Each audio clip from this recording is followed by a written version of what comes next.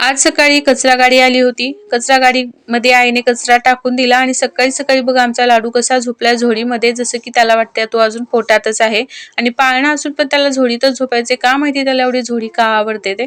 आणि मला मेहंदी लावायची होती, पण मेहंदी लावण्यामध्ये खूप जास्त वेळ जाणार होता. त्यामुळे मी हा गोदरेज हेअर कलर शॅम्पू निवडला, जो की 5 मिनिटात आपलं काम करून देतो.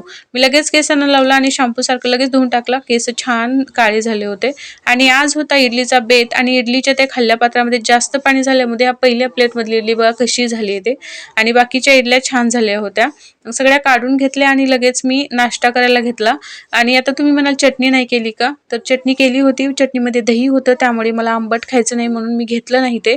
आणि रामनवमी दिवशी आम्हाला रुमाल भेटला नाही, नंतर भेटला म्हणून आम्ही लाडूच्या गळ्यात घातले उगं. आणि आईने छान अशी सायंकाळी लाडूला टोपी शिवली होती, ते त्याला घालून बघत होती.